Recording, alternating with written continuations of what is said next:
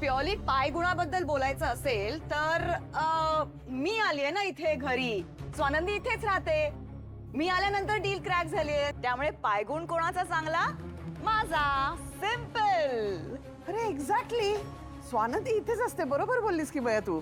तू आल्यामुळे हे सगळं झालंय, त्यामुळे पायगुण तुझा चांगला आहे. येस. चलो नाउ लेट्स पार्टी. पार्टी. हो. Yes party. अरे कान काय बंद कर. अरे तू पार्टी पार्टी. अरे काय? नाही. सॅम, पार्टी हवी आहे. नाही. प्लीज तू सोडणार नाही. ओरडू नको. सॅम, ओरडू पार्टी. नकोस. ओरडू नकोस. वा छान. लपला बायकोच्या मागे.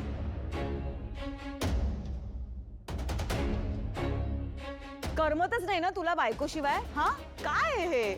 आणि सॅम, नॉट फेअर. ह आपल्यामध्ये तू जे बायकोला घेऊन येतोस ना, ते मला अजिबात आवडत नाही. हे बघ, जोपर्यंत तू पार्टीसाठी हो म्हणत नाहीस ना, मी इथून हलणारच नाही. Party party party. हो. नाही बरोबर आहे आनंद. किमयाचं बरोबर आहे. आपलं एक मोठं डील क्रॅश झालंय, त्यामुळे आपण सगळ्या ऑफिस स्टाफ साठी एक सरप्राइझिंग पार्टी ठेवूया.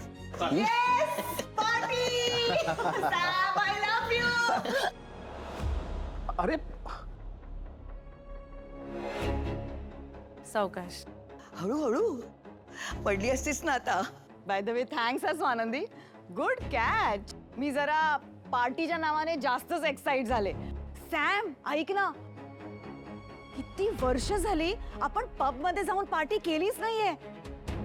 आपण ना मुंबईतलं बेस्ट हॉटेल बुक करूया आणि will call the best DJ for dance. एक छोटंसं सजेशन देऊ का? अहो विचारता काय स्वानंदी मॅडम?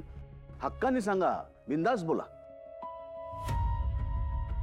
नाही म्हणजे ह्या किमया ताई म्हणतायत तसं आपण पार्टी करूया स्टाफसाठी. त्यांना एवढे दिवस काम केले, त्याचा रिवॉर्ड तर मिळायलाच हवा.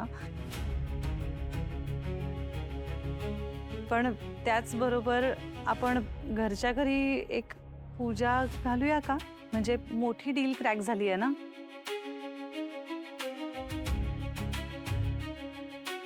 हो करूया की. अगदी उत्तम आयडिया आहे. आणि मी तर म्हणते पार्टी पण घरच्या घरीच करूया ना. एवढं मोठं घर आहे आपलं, मग ते हॉटेल कशाला? खरं तर मी सुद्धा हेच म्हणणार होतो. एक मिनिट, मी काय म्हणते, पूजा आपण नंतर केली तर नाही चालणार का? का पार्टी बरोबर पूजा नाही होऊ शकत? आणि चांगलं सजेशन आहे. काही प्रॉब्लेम आहे? नाही प्रॉब्लेम काहीच नाहीये, पण पार्टीची सगळी अरेंजमेंट मी करणार. प्लीज. चला आजी, घरी आपल्या एक छोटीशी पूजा करूया आणि मग सगळेजण पार्टी करूया. चला लागा सगळे तयारीला. उत्तम. मी आलेच, देवापुढे साखर ठेवते. आणि मी मुंबईतले बेस्ट पार्टी प्लॅनर शोधून काढते. ओके. हो. आम्ही पण तयारीला लागतो. हा आई आलोच. तयारी करायची बाई, चल गो लवकर. आजी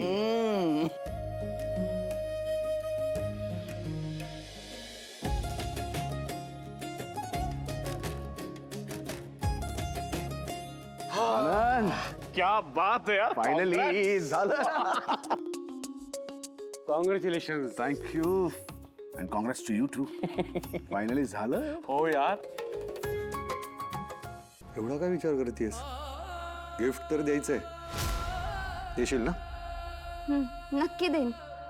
गुड गर्ल. आता जा, तुझं गिफ्ट उघडून बघ. उघडू?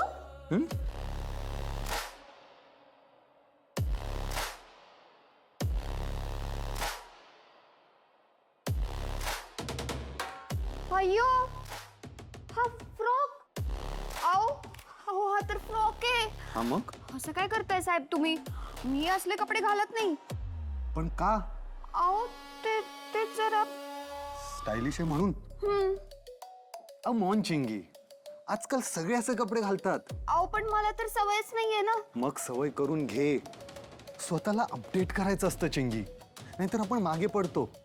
नको ना साहेब, प्लीज. घाल ग, छान दिसेल तुला. म्हणजे तसं तर तू ह्या स्टाफ युनिफॉर्म मध्ये पण छानच दिसतेस. पण माझी इच्छा आहे तू हा ड्रेस घालावास. माफ करा साहेब, पण मला ना खरंच सवय नाहीये. त्यामुळे हा ना तुम्ही तुमच्याकडेच ठेवा. चिंगी चिल, एवढं टेन्शन घ्यायची गरज नाहीये. हा ड्रेस हा फ्रॉक तुझ्याकडेच ठेव आणि मी सांगेन तेव्हा घाल. अहो पण अगं काय आहो आहो लावलंयस तू? किती बोरिंग साऊंड करतंय. मला सांग, आपण फ्रेंड्स आहोत ना, मग तू मला अंश म्हण ना, चालेल मला. अयो अहो सर, मी या घरातली फक्त एक स्टाफ आहे. मी असं घरच्यांसमोर तुम्हाला अरे तुरे नाही करू शकत. घरच्यांचा काय संबंध? हे बघ, तू बाकीच्यांसाठी स्टाफ असशील, पण माझ्यासाठी माझी फ्रेंड आहेस. इनफॅक्ट फ्रेंडपेक्षा पण जास्त. हो पण मग घरातले? ओके फाईन, घरच्यांसमोर ऑकवर्ड होत असेल तर आपण दोघे असताना तुम्हाला अंश म्हण, मला खूप आवडेल. हे बघ, आता कोणीच नाही आजूबाजूला. एकदा म्हण ना, एकदा म्हण ना अंश मला, प्लीज प्लीज प्लीज. चिंगी एकदा म्हण ना. अगं एकदा म्हण तरी. हे बघ कोणी. अंश खुश आता? खूप खुश. मी जाते.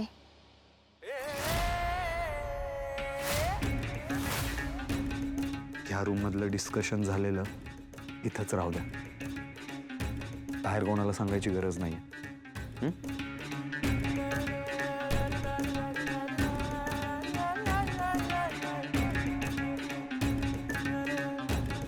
आणि हा ड्रेस चुपचाप रूम मध्ये घेऊन जा.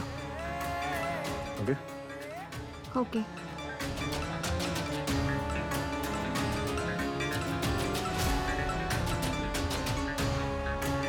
अंश.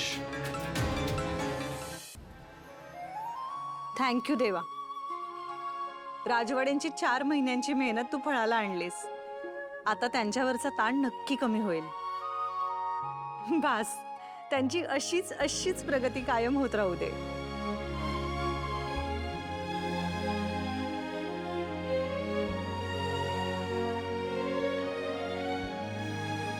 सोनाली मॅडम, मगाशी मी तुम्हाला हाक मारली आणि अचानक सगळेच जण आले, त्यामुळे तुमच्याशी बोलताच नाही आलं मला. तुम्हाला एक महत्वाचं सांगायचं आहे. सांगा ना. थँक्यू, खरंच थँक्यू सो मच.